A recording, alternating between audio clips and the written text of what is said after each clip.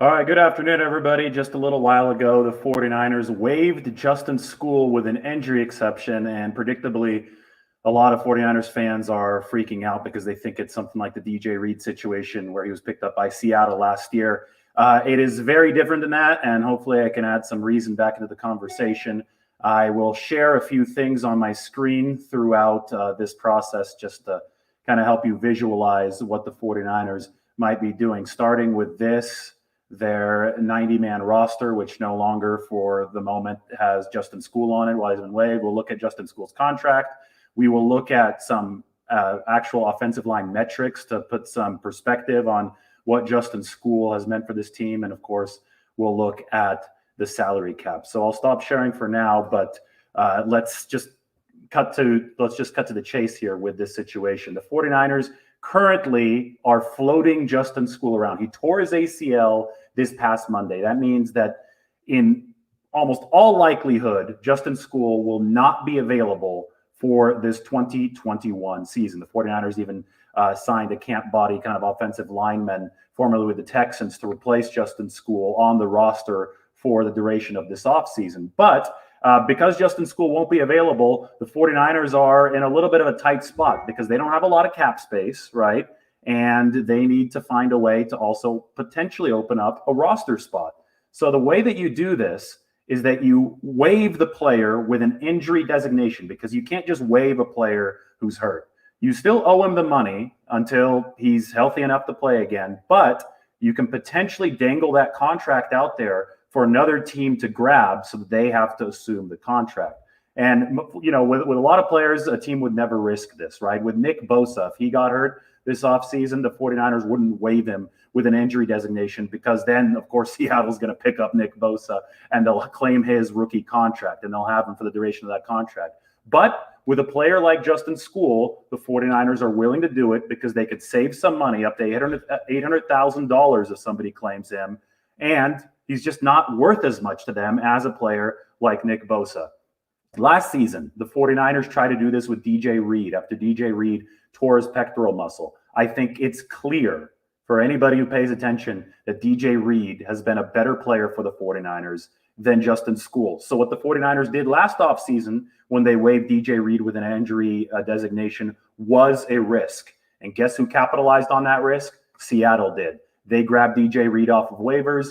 They got his entire rookie contract. 49ers no longer had a promising young player. Now, with the DJ Reed situation, why did the 49ers do that last year? Well, they thought with a torn pectoral muscle that Reed wouldn't return until December at the soonest. So because of that, they felt that they couldn't afford to hold his salary. They couldn't afford to hold his roster spot for the duration of the offseason. They thought they could risk it and put him on waivers. Now, what happens if a waived player with an injury designation does not get claimed?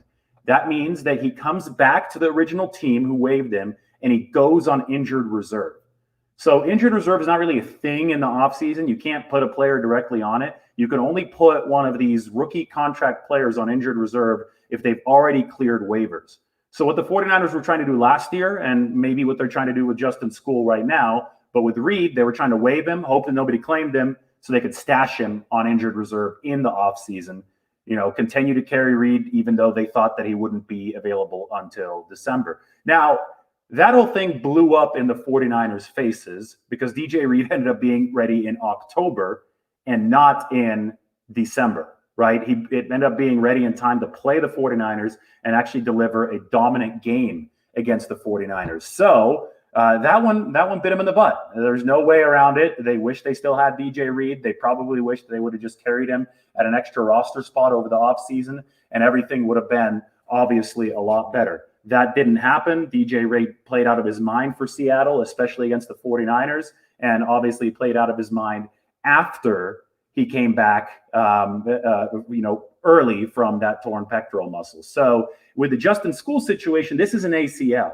Justin Skule is not going to be coming back in October unless he's Jerry Rice. The 49ers are confident that he won't be available to any team this offseason, or this coming season. So they went ahead and waived him. Let's take a look at some of the potential benefits and why they made this move. I'll do that by sharing my screen to one of these windows here.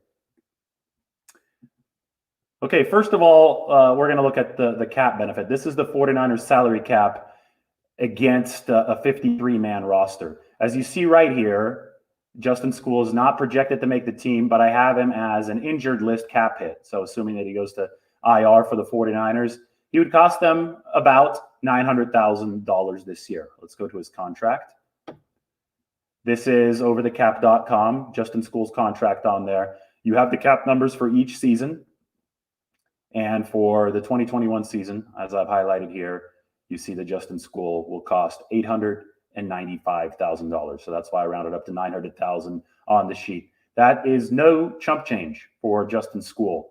But the 49ers owe him that money if another team doesn't claim him. So what they're doing is they're dangling this contract out to the whole NFL by waiving him with an injury designation. The designation lets the rest of the league know that Justin Skule is hurt, obviously. He has a torn ACL. And anyone who does end up potentially claiming Justin Skule would inherit this contract.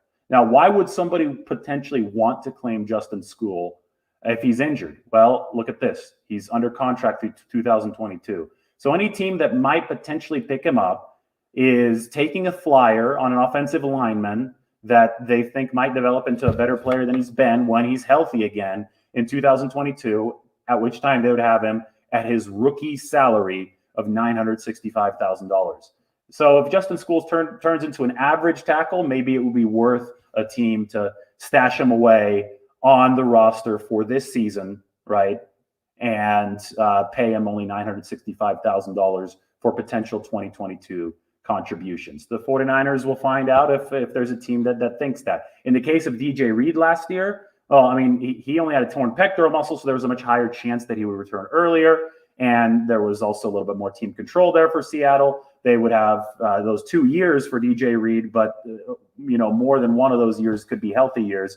So they went ahead and pounced on him. Here's why the 49ers were okay with exposing Justin Skule to waivers. This is from one of my articles after the season evaluating the 49ers offensive line.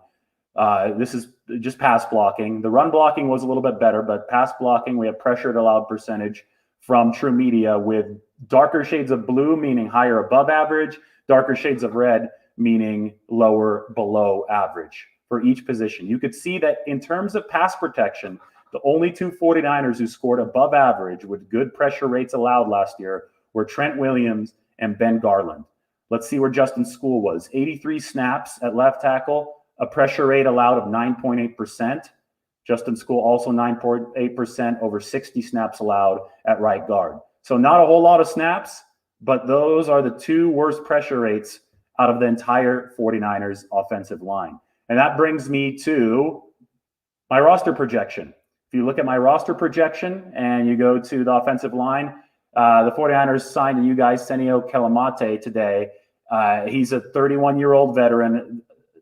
I have him on the same side of this roster projection as I had Justin Skule. I didn't have Justin Skule making the 53-man roster for the very reasons that I outlined. He was already in year 2, and he really struggled in 2020. In fact, I have the 49ers taking 8 offensive linemen, with Colton McKivitz being probably the 8th, because I think that your rookie Jalen Moore makes it for sure, and I don't think there's a question that Daniel Brunskill makes the football team. So I had Justin Skule on the outside looking in before his injury. Then his injury happened. So, of course, the 49ers don't want him taking up a roster spot, but they also want to free themselves of the $800,000 or so dollars. They would still face a dead money charge of, I think, about $90,000 if Justin Skule is picked up somewhere else, because they've already paid his signing bonus and that has to hit the cap. But they could still save $800,000. And that's a huge deal because, as you see here, the 49ers against the 53-man cap will have only about $4.5 million of space.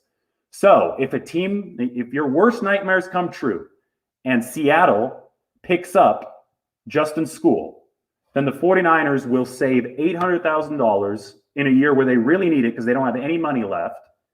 And Seattle will acquire a player that can't contribute on the field in almost all certainty in this 2021 season. It wouldn't be a bad deal for the 49ers. Would Seattle get a potential contributor, or any other team that claims Justin Skule get a potential contributor in 2022?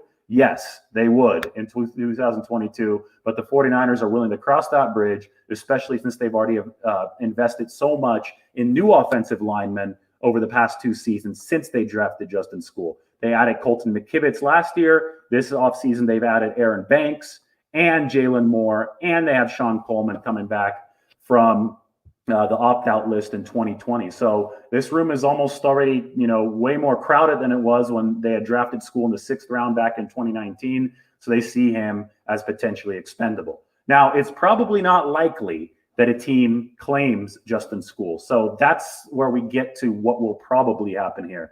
If nobody claims Justin Skule, then the 49ers can open up their injured reserve list and he could become the first player on there, and they can stash him there for the whole season. In fact, he would not be allowed to play in the 2021 season. Or they can come to an injury settlement with him if they don't want him on that IR list. But I think the most likely scenario with Skule still under contract through 2022 is that no team claims him and that he ends up on that IR list for the 49ers this year, not taking up a roster spot. In that scenario, the 49ers would not save the $800,000. So, you could argue, depending on how much you value the money, you could argue that maybe the 49ers want somebody to claim Justin Skule, but I think they're all right either way, because if somebody does, they save the money and they lose a player that hasn't been good for them.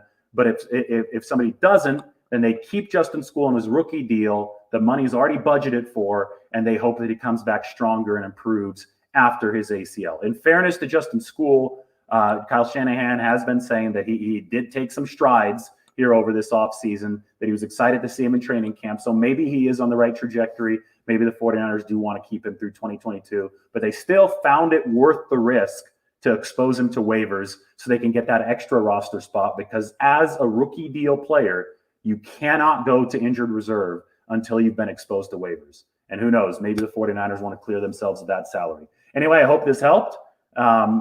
Make sure to subscribe, follow along for more of these videos. And every day we'll check in with something new 49ers wise. But today it's the Justin Skule news. And trust me, you don't have to freak out about it. Take care, guys.